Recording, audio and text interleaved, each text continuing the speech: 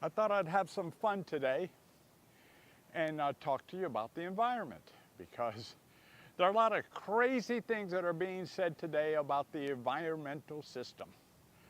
And, when God put Adam and Eve in the garden, He made them stewards of His creation. And that means all of us ought to care for His creation. We ought to do our part. And so here I have a way that you can do your part and I can do my part. Gas-free lawnmower. No battery. You know, some of those battery-operated vehicles, you ought to look at the history of what it takes to get the supplies and the items that are needed for those. I'm not going there yet, not today. But the fact of the matter is, those gas-powered lawnmowers and battery-operated lawnmowers, the battery ones are pretty good. I use them at my daughter's house. But there is nothing like this little item. You see,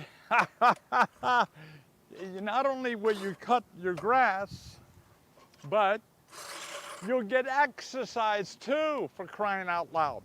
And it's good for you, by the way. Look at my beautiful white roses. But, the environment is important.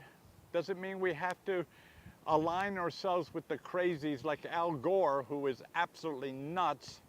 But we can do our part. We can get things like this, cut our grass, get some exercise. If you're as old as I am, you may go ahead and just put little squares, do a little bit at a time till your entire lawn is done. I don't have to do this because we have a lawn service, but I got it because I want to keep my lawn looking nice in between lawn services. But God intended for us to take care of His creation. And that means that we can use wisdom, we can use our intellect to do things that are practical and that are environmentally helpful. I saw an interesting thing about the Everglades. They say that the ecosystem is destroying the Everglades.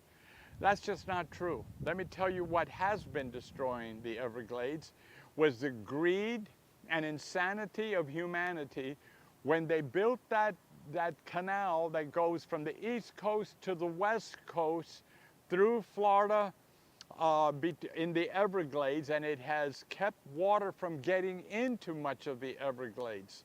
So when we look at what man is doing, there is the problem.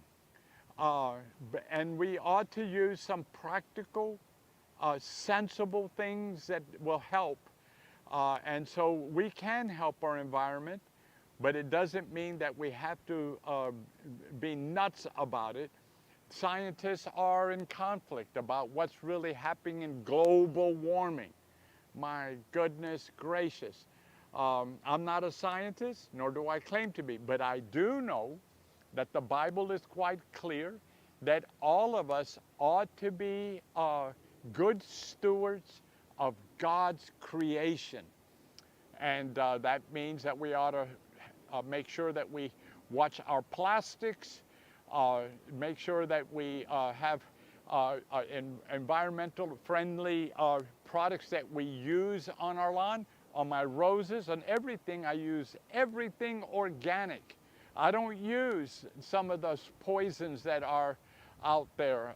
And so there are so many expense-free items you can use to take care of your lawn and your flowers or your beautiful roses. Boy, and I'm so excited about my roses. So today I thought I'd have a little fun with you and do something. I got my new toy, $87 for this, and you can cut your grass and get exercise and have a lot of fun doing this. And I mean, it does a great job. Oh my goodness. So, exercise, no gas, no batteries, no nothing, just muscle, heart strength, and a little bit of leg too. So I just thought I'd have some fun with you. Remember, Adam and Eve, our first parents, were given a responsibility. Good stewards of God's creation. And we ought to be good stewards of God's creation. And then, of course, we know what happened. Eve introduced Adam to the apple, and Adam was dumb enough to take it. You know, we can blame women, but the fact of the matter is we men are supposed to be responsible and make our own choices. And that's important. But with the fall of man, God made provision for redemption. He bought us back, and he made a way for us to have peace with him. And that way is through Christ and Christ alone. He lived among us. He died on a cruel cross, was buried in a borrowed tomb, unused tomb, and on the third day he rose again and sits at the right hand of glory today, interceding for us. And one day he's coming back.